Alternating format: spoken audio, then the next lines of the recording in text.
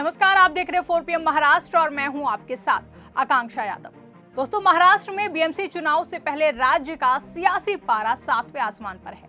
सभी दलों के नेता अपने खेमों को मजबूत करने में जुटे हुए हैं, साथ ही लगातार वोटरों को साधने के लिए तरह तरह की घोषणाएं भी कर रहे हैं। ऐसे में नेताओं के पाला बदलने और गठबंधन की खबरें भी सामने आने लगी हैं, जिसे लेकर महाराष्ट्र में अटकलों का बाजार गर्म है। दरअसल एक ऐसे गठबंधन का ऐलान हुआ है जिसके बाद महाराष्ट्र में अटकलों का बाजार गर्म है और महायुति में हलचल सी मच गई है। दरअसल डिप्टी सीएम अजित पवार ने पिंपरी चिंचवड़ में अपने चाचा शरद पवार के नेतृत्व वाली एनसीपी एसपी से गठबंधन करने की घोषणा कर दी है।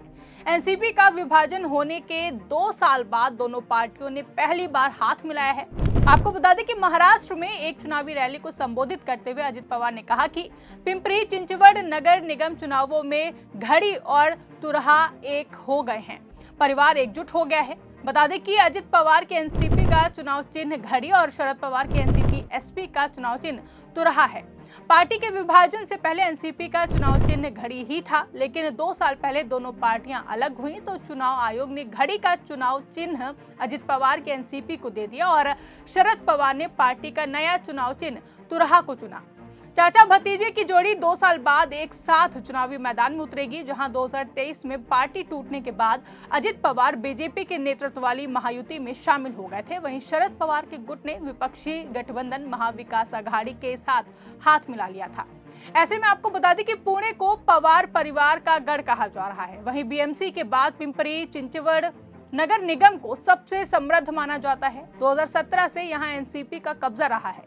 यही वजह है कि पार्टी टूटने के बाद भी इस सीट पर अजित पवार और शरद पवार ने एक साथ चुनाव लड़ने का फैसला किया है। इसी बीच चुनावी रैली को संबोधित करते हुए अजित पवार ने सभी कार्यकर्ताओं को कड़ी मेहनत करते हुए किसी भी तरह की विवादित टिप्पणी न करने का आदेश दिया। अजित पवार ने कहा कि कई लोगों ने इस नगर निगम को कर्ज में डुबा दिया, हम उन लोगों को बाहर का रास्ता दिखा देंगे, हम लोगों के विकास के लिए काम करेंगे। पिंपरी चिंचवड़ और पुणे समेत महाराष्ट्र के 29 नगर निगम में 15 जनवरी को मतदान होंगे। इसके नतीजे अगले दिन यानी कि 16 जनवरी को जारी किए जाएंगे। वहीं नामांकन करने की आखिरी तारीख आपको बता दें वो 30 दिसंबर निर्धारित की गई है। अजित पवार और शरद पवार के गठबंधन पर कई सियासी हस्तियों ने प्रतिक्रियाएं देना शुरू कर दिया है। भाजपा नेता नवनीत राणा के अनुसार अजित पवार शरद पवार के ही कहने पर भाजपा में शामिल हुए थे।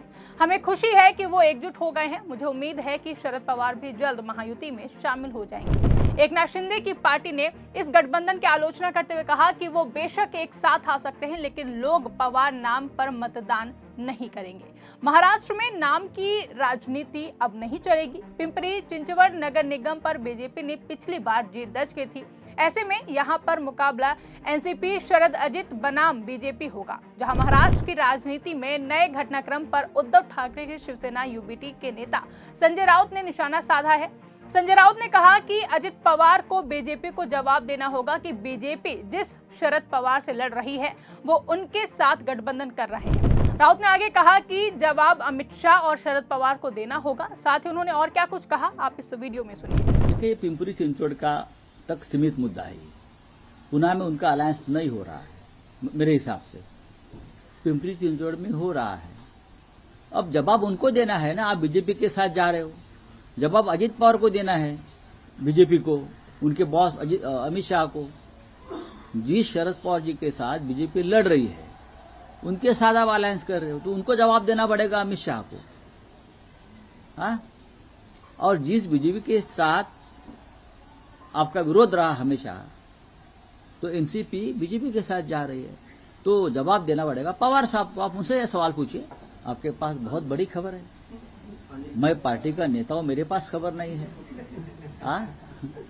ये अंदर की बात आपके पास कैसे? दरअसल बारामती में उद्योगपति गौतम अडानी की मौजूदगी में अजित पवार ने अपने चाचा शरद पवार के साथ मंच साझा किया था। इस कार्यक्रम के बाद अजित पवार ने ऐलान किया था कि परिवार एक साथ आ रहा है। अजित पवार ने पिंपरी चिंचवड़ म्यूनिसिपल कॉरपोरेशन चुनावों के लिए शरद पवार गुट के साथ गठबंधन की घोषणा की थी। उन्होंने संकेत दिए थे कि जल्द ही सीट बंटवारे पर समझौता होगा।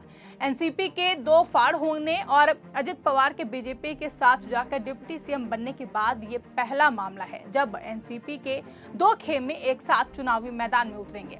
अजित पवार ने ये घोषणा पार्टी उम्मीदवारों के लिए तलवड़े में एक चुनावी रैली को संबोधित करते हुए की थी, जहां उन्होंने कहा था कि पिंपरी चिंचवड़ में एनसीपी घड़ी के चुनाव चिन्ह वाली पार्टी और एनसीपी शरद पवार चंद्र तुरही के चुनाव चिन्ह वाली पार्टी नगर निगम चुनाव गठबंधन में लड़ेंगी।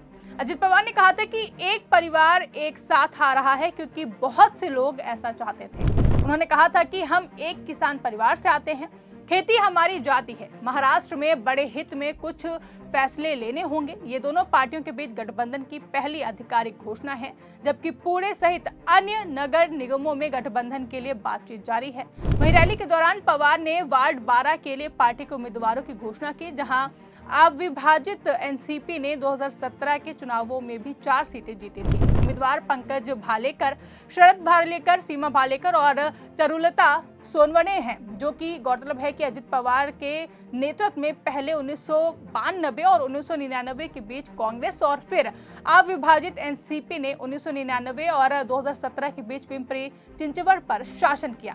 बीजेपी ने 2017 में 128 सीटों में से 77 सीटें जीतकर नगर निकाय पर नियंत्रण कर लिया, जबकि एनसीपी दूसरे स्थान पर रही। वहीं एक तरफ जहां इस गठबंधन की चर्चा हो रही है, तो वहीं दूसरी तरफ और गठबंधन की चर्चा जोरों पर है। दरअसल उद्धव ठाकरे और कांग्रेस के बीच पुणे महानगर पालिका के लिए गठबंधन का आधिकारिक ऐलान हो गया है। दोनों पार्टियां मिलकर नगर निगम चुनाव लड़ेंगी। कांग्रेस नेता सतेज पाटिल और शिवसेना यूबीटी के नेता सचिन अहिर ने ऑफिशियल घोषणा की है। सचिन अहिर ने बताया कि 60 सीट पर कांग्रेस और 45 सीट पर उद्धव गुट चुनाव लड़ेगी। बाकी सीटों पर फिर से चर्चा होगी।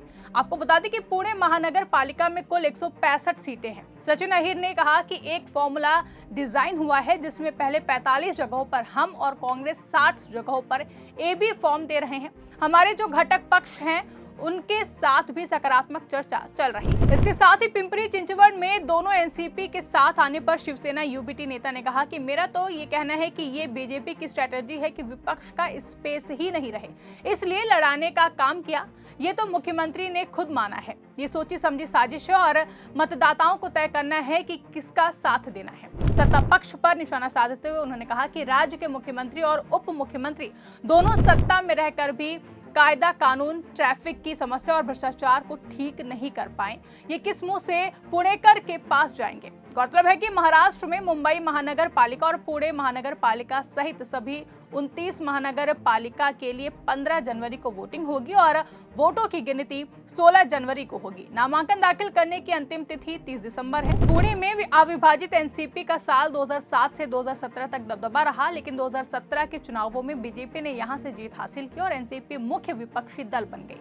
अब देखना यह होगा कि इस बार का बीएमसी चुनाव किसके पाले में जाने वाला है। अभी मौजूदा समय में जिस तरह का माहौल है, इससे चौतरफा घिरती हुई नजर आ रही है। जिस तरीके का माहौल है उसको लेकर कुछ कहा नहीं जा सकता। खैर, ये सब आने वाले चुनावी नतीजों के बाद ही पता चलेगा कि किसकी रणनीति कितना काम आएगी और किस दल पर जनता अपना भरोसा जता पाएगा। खैर, इस खबर के बारे में आपका क्या सोचना है, कमेंट करके हमें जरूर बताएं। अगर आपको वीडियो पसंद आई हो तो वीडियो को ज्यादा से ज्यादा लाइक और शेयर करना ना भूलें। चैनल पर नए हैं तो चैनल को सब्सक्राइब जरूर कर लें और देखते रहिए 4 PM महाराष्ट्र।